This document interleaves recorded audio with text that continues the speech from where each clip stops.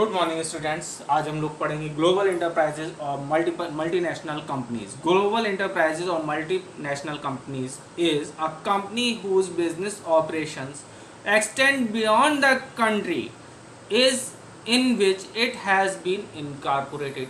ऐसी कंपनीज जिनका business country की लिमिटेशन के बाहर काम कर रहा हो, मतलब एक देश के साथ साथ दूसरे देश में भी काम कर रहा हो जहाँ पे वो इनकॉर्पोरेटेड हो।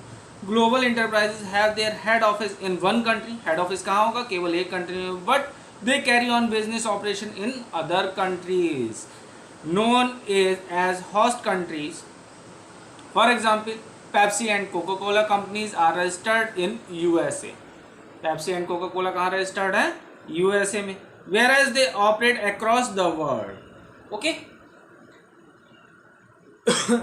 नेक्स्ट हमारा टॉपिक है फीचर्स ऑफ ग्लोबल इंटरप्राइजेज और मल्टीनेशनल कंपनीज। फर्स्ट पॉइंट दिया है ह्यूज कैपिटल रिसोर्सेज। जब हम एक देश के साथ साथ अन्य देशों में भी काम करेंगे तो हमें क्या चाहिए होगी? ज़्यादा से ज़्यादा कैपिटल चाहिए होगी। कम कैपिटल के साथ हम काम नहीं कर सकते। सेकंड है फॉरेन कोलैबोरेशन।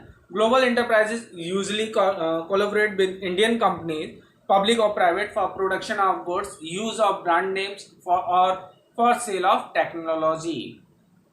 क्या हुआ कि जो फॉरेन कंपनीज है वो इंडियन के साथ कोलैबोरेट करती हैं, एक रूल्स बनाती हैं, एक टाई अप करती हैं ताकि वो इंडिया में भी अपना गुड्स प्रोड्यूस कर सकें, अपना ब्रांड नेम यूज़ कर सकें और अपनी टेक्नोलॉजी को यहाँ सेल कर सके। नेक्स्ट दिया हुआ है advance technology. These enterprises possess technology superiorities and are able to confirm to international standard and quality satisfaction. Next है product innovation. Global enterprises are continuously engaged in research and development activities. जब वो research and development activities में include रहती हैं तो क्या होगा? नए नए इनोवेशन लेके आएंगी। जब नए नए इनोवेशन लेके आएंगी तो क्या होगा? मार्केट ग्रो करेगी, साथ ही साथ हमें कुछ नया देखने को मिलेगा। नेक्स्ट आता है marketing strategy. MNCs use aggressive marketing strategy in order to increase their sale in a short period. की कम समय में वो ज़्यादा से ज़्यादा सेल कर सकें, इसलिए क्या करती हैं? एग्रेसिव स्ट्रेटजी अपनाती हैं। Expansion of market territory. As activities of MNCs extend beyond the physical boundaries of their own countries, they have to operate through a network of subsidiaries, branches and affiliates in host countries. Last आता है हमारे पास merit of global enterprises और multinational companies. Employment opportunities. एक company एक ही देश में ना काम करके अलग अलग देशों में काम कर रही तो क्या होगी? ज़्यादा वैकेंसीज, ज़्यादा अपॉर्चुनिटीज, एम्प्लॉयमेंट अपॉर्चुनिटीज जनरेट होंगी। Advance technology. बाहर की जो टेक्नोलॉजी वो इंडिया में आएगी या इंडिया की जो नई टेक्नोलॉजी है वो बाहर के देश में जाएगी। Inflow of foreign capital. जब बाहर की कंट्रीज के साथ टाई अप होता है काम करने के लिए तो क्या होती है? फॉरेन कैपिटल भी हमारे देश में इंट्रोड्यूस होगी। Improves standard of living. नई टेक्नोलॉजी आ रही है, नए प्रोडक्ट्स आ रहे हैं तो हमारा क्या होगा? स्टैंडर्ड ऑफ लिविंग बढ़ता जाएगा। Growth of domestic firms. The multinational companies also help in the growth of domestic firms. These firms are encouraged to act as suppliers or ancillary unit of MNCs. क्या करते हैं? Supplier के तौर पे जब ज़्यादा प्रोडक्शन होगा तो क्या होगा?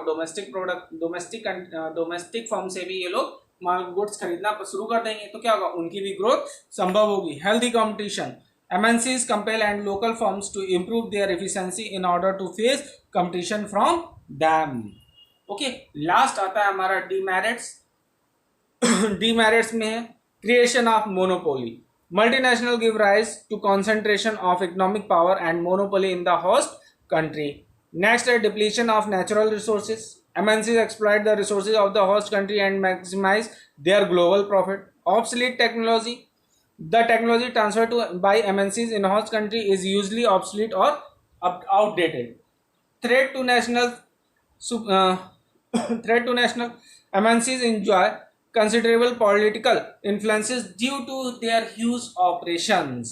They have enough power to influence and interference in the political affairs of host countries. Okay, ये आपका खत्म हो जाता है ग्लोबल एंटरप्राइजेस और मल्टीनेशनल कंपनीज। इसके बाद हमारा नेक्स्ट टॉपिक होगा ज्वाइंट वेंचर। Okay, thanks.